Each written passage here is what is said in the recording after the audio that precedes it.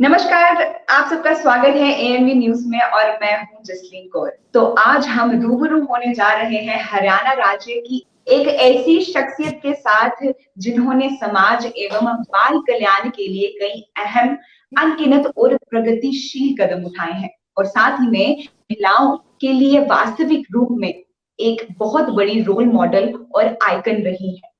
तो आइए आज मुलाकात करते हैं हरियाणा राज्य बाल कल्याण परिषद की मानद महासचिव रजनीता मेहता के साथ।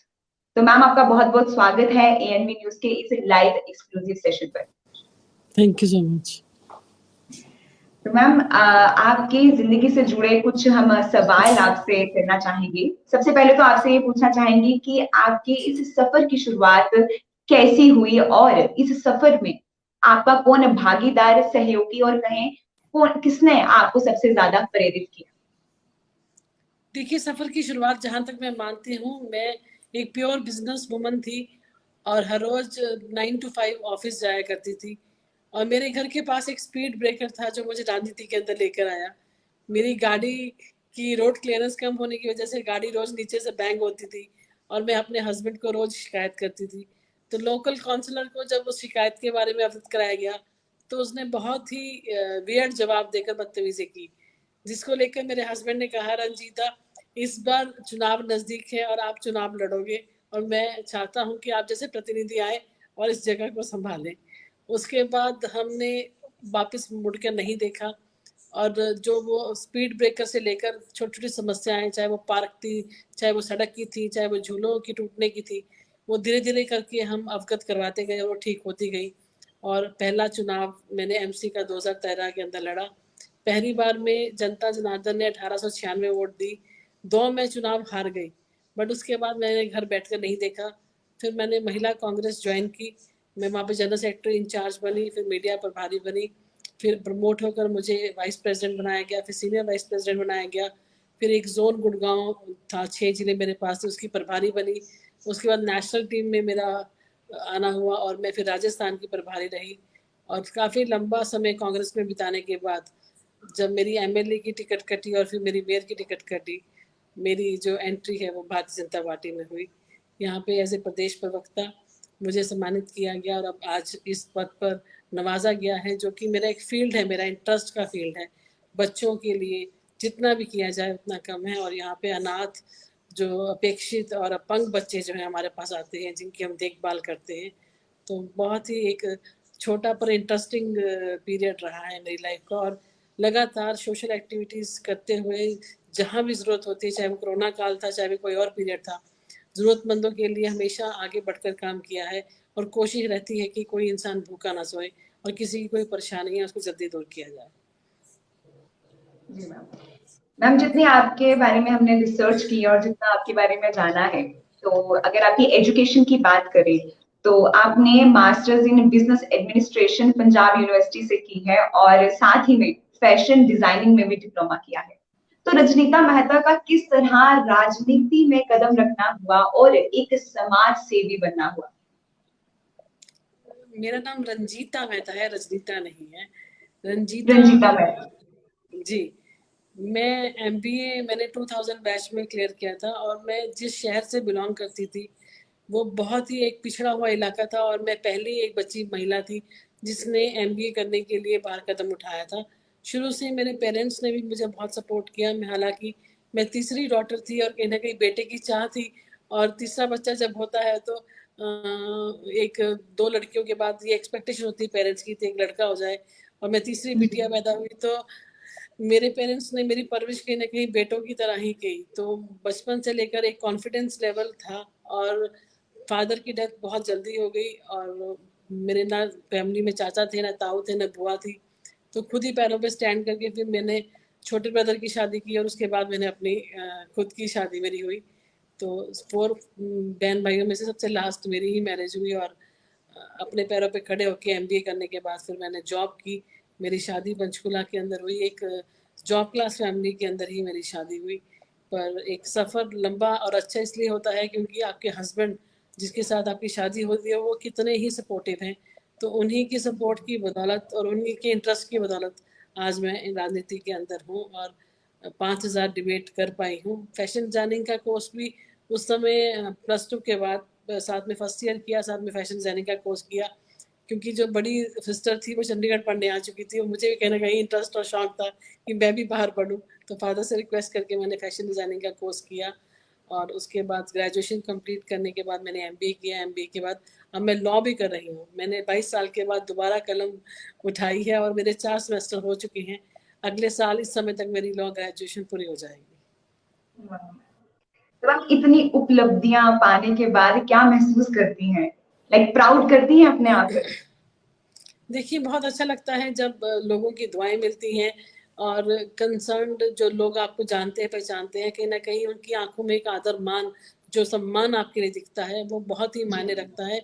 और बच्चे भी उससे प्रेरित होते हैं, उनको भी एक प्राउड फील जी, होता है कि हमारी मम्मा ये हैं। और जब उनको उनके कलीग्स, उनके टीचर्स जब उनको इस चीज़ से रिकॉग्नाइज़ कराते हैं कि आपकी मम्मा को हमने उस टीवी शो में देखा था, आपकी मम्मा को हमने कल अखबार में देखा, तो बच्चों को भी प्रेरणा मिलती है कि वो आगे बढ़े और इसी फील्ड के अंदर जो है अपना आगे कदम जमाएं।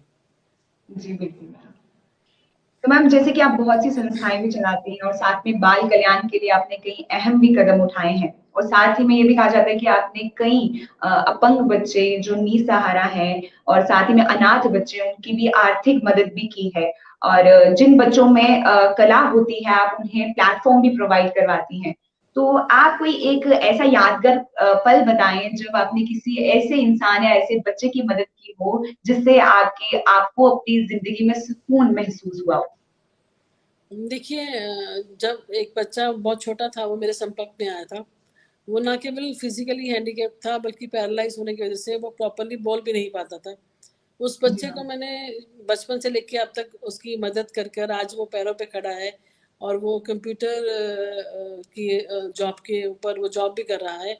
एक समय था जी, कि ना ही उसके उँगलियाँ भी मतलब पैरालिसिस की वजह से सीधी नहीं है, टेढ़ी उँगलियाँ हैं, उसके बावजूद वो आज कंप्यूटर एक्सपर्ट है और अपने पैरों जी, पे खड़ा है। मेरे लिए बहुत गौरव की बात है। और वॉइस क्लैरिटी बिल्कुल भी नहीं थी और आज वो स्पीच देता है। आज वो स्टेज कंडक्ट करता है। तो ऐसी चीज़ें देखकर बहुत ही अच्छा और सुकून महसूस होता है कि आप किसी की ज़िंदगी में कुछ ऐड ऑन कर पाएँ जिसकी वज़ह से आज वो अपने पैरों पे खड़ा है।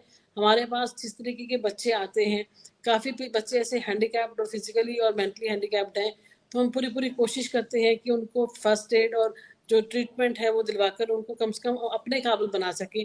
पर कहीं न कहीं जो एक पेरेंट्स की उनकी कमी है, उसको हम जी, दूर नहीं कर पाते क्योंकि उन ऐसे बच्चों को कोई अडॉप्ट नहीं करता। और जो जी मैम। बच्चे दूसरे नॉर्मल बच्चे हमारे पास आते हैं, उनकी अडॉप्शन हम अच्छे से अच्छे घरों में करवाते हैं और बड़ा अच्छा महसूस होता है जब वो बड़े होकर दोबारा देखने के लिए आते हैं संस्था में कि हम यहीं से गए हैं। अभी हमारे काफ़ी बच्चे अब्रॉड भी बच्चों को लेके जाते हैं पेरेंट्स। तो अभी हाल ही में एक बच्चा आया था, वो हार्डली 2.5 साल का था जब हमारे पास से गया और आज वो 12-14 साल का होकर वापस देखने के लिए आया था कि मेरे मम्मी-पापा मुझे कहाँ से लेकर गए हैं। तो बहुत ही अच्छा और खुशी महसूस होती है जब देखते हैं कि बच्चे अच्छे परिवारों में सेटल हो गए हैं, उनके घर का चिराग बन गए हैं, उनके जो लालन-पालन है इतने अच्छे तरीके से हो रहा है, शायद उनके अपने माँ-बाप भी वो लालन-पालन नहीं कर पाते। और कहीं न कहीं आज जिस तरीके की कहते हैं आधुनिक युग आ रहा है, तो अफ़सोस होता है 12 साल की बच्ची भी एक बच्चे को जन्म दे रही है, 14 साल की बच्ची एक बच्चे को जन्म दे रही है, 16 साल की बच्ची एक बच्चे को जन्म दे रही है, तो वो उन बच्चों को जो पैदा होते हैं नॉर्मल बच्चों को भी वो उनसे मुँह मोड़ देते हैं, उनको छोड़ देते हैं। तो कहीं न कहीं दुःख महसूस होता है कि आज आधुनिक हम बढ़ तो रहे हैं, पर कहीं न कहीं बच्चों को ये शिक्षा देना कि उनकी माता-पिता बनने की एज क्या है, कहीं न कहीं उससे हम अभी तक उनको रूबरू नहीं करा पाए हैं, जिसकी कमी मैं महसूस करती हूँ। और निश्चित तौर पे जो साइबर क्राइम और साइबर जो नॉलेज है, ये भी बहुत ज़रूरी है बच्चों को देना। इन फ्यूचर मैं चाहूँगी कि इस तरीके की ट्रेनिंग भी हमारे यहाँ से दी जाए, ताकि हम पेरेंट्स कम बच्चों दोनों को अवेयरनेस कराएँ कि कौन-सी चीज़ जैसे गुड टच और बैड टच सिखाया जाता है, वैसे ही साइबर के अंदर और इंटरनेट के अंदर ऑनलाइन क्या अच्छा है और क्या बुरा है। किसको आपको एक्सेस करना है, किसको नहीं करना है, ये भी एक बहुत बड़ा चैलेंज है हमारे सामने। जी मैम। तो मैम अगर जैसे कि हम जानते हैं कि सबकी ज़िंदगी में उतार-चढ़ाव तो आते ही हैं क्योंकि एक एक अटूट अंग है ये ज़िंदगी का। तो आपकी ज़िंदगी में कैसे उतार-चढ़ाव रहे हैं? कुछ साझा करें इसके बारे में?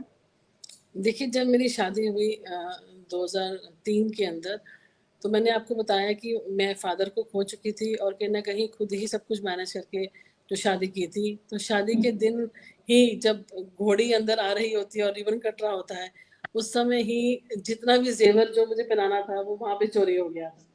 तो सारी शादी का जो माहौल था वो इतना मतलब इमोशनल हो चुका था कि सब लोग हँसने की बजाय रो रहे थे कि बहुत बड़ा नुकसान हो गया। जी जी बिल्कुल। तो ऐसी फैमिली में उतार चढ़ाव आते हैं। फिर उससे उभर कर जब शादी के बाद ही मैंने कंसीव कर लिया और फिर 7 महीने के बाद पीजीआई के अंदर मेरा ट्रीटमेंट हुआ और कहीं न कहीं मैंने अपने पहली औलाद को खोया। मेरा बेटा हुआ था, मैंने उसको खो दिया और उसके बाद 3-4 साल तक कंसीवमेंट नहीं हुआ। तो ऐसे बहुत से उतार-चढ़ाव आते हैं जिसके ऊपर आपको उभरना पड़ता है और आगे बढ़ना पड़ता है।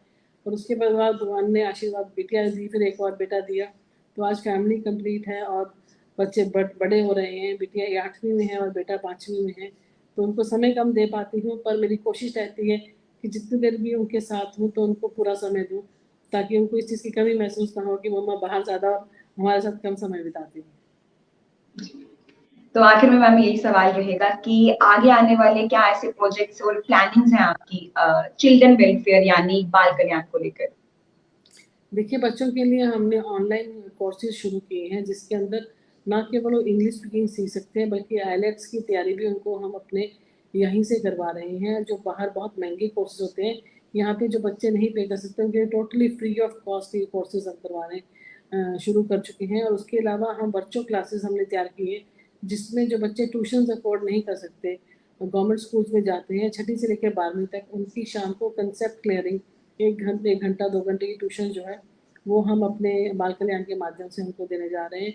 इसके अलावा हमने बाल संगम प्रोजेक्ट के तहत हर हॉस्पिटल के अंदर मैंने अनिल विज जी से डिमांड की थी कि हमें एक कमरा दिया जाए, जो पेरेंट्स ओपीडी में अपना इलाज करवाने के लिए आते हैं, क्योंकि न्यूक्लियर फैमिलीज़ हैं, बच्चों को साथ कैरी करते हैं, तो कहीं न कहीं बच्चे भी इन्फेक्शन घर पे लेकर जाते हैं। तो बेटर है क्यों ना वो 1 घंटा 2 घंटा जब उनका इलाज चल रहा है, तो उनकी देखभाल हमारे बाल संगम के अंदर की जाए, उस कमरे के अंदर की जाए, ताकि उनको निश्चिंत रहें कि बच्चा पास ही में है पर वो सुरक्षित हाथों में है। तो इस तरीके के काफ़ी प्रोजेक्ट्स हमने अभी शुरू किए हैं और अभी हाल ही में जितने भी हमारे बाल भवन हैं, छोटे और बड़े 47, उसके अंदर हम स्विमिंग पूल बनाने जा रहे हैं बच्चों के लिए, ताकि वो ना केवल वहाँ पे पले और बढ़े, बल्कि अपनी सेहत का भी ध्यान रखें और अच्छे स्विमर बनकर जो है वो देश का नाम रोशन करें। उसके अलावा आर्चरी सबसे बड़ी जो है हमारी नारनौल के अंदर खुली हुई है। आर्चरी की भी और जो जगह-जगह पर ब्रांचेस खुलने चाहिए, वो हम आगे इन फ्यूचर खोलने जा रहे हैं, ताकि बच्चे आर्चरी के अंदर बहुत से हमारे बच्चों ने नेशनल अवार्ड लिए हैं और बहुत इंटरेस्टिंग एक फ़ील्ड है, पर हमारे यहाँ पर कोचिंग की कमी होने की वजह से बच्चे कहीं न कहीं अफ़ोर्ड नहीं कर पाते। तो वो भी हम अपने बाल संगम के माध्यम से बच्चों को देने जा रहे हैं। और उसके अलावा जो रूटीन की पढ़ाई है, खेल-कूद है, वो तो चलता ही रहता है और उनको अच्छा पोषण और अच्छा खाना मिले, ये हमारी प्राथमिकता रहती है। और सबसे इम्पोर्टेंट है कि उनकी अडॉप्शन हो जाए, उनको ज़्यादा से ज़्यादा पेरेंट्स अपने घरों पे लेके जाएँ और उनको अपना घर का चिराग बनाकर जो है वो उनको पाले भी, बड़ा भी करें और अच्छा इंसान बनाएँ। तो बहुत-बहुत शुक्रिया मैम अपना कीमती वक़्त निकालने के लिए और एएनवी के इस लाइव एक्सक्लूसिव सेशन पर जुड़ने के लिए। तो ये थी हरियाणा राज्य के बाल कल्याण परिषद की मानद महासचिव रंजीता मेहता, जिन्होंने कई अनाथ और बेसहारा बच्चों की मदद की और उनके लिए कई अहम कदम भी उठाए हैं। तो इसी के साथ मुझे यानी जसलीन कौर को दीजिए इजाजत। हम अगली बार फिर मिलेंगे एक और नए सेगमेंट पर नए-नए चेहरों के साथ मुलाकात करते हुए ओनली ऑन एएनबी न्यूज़।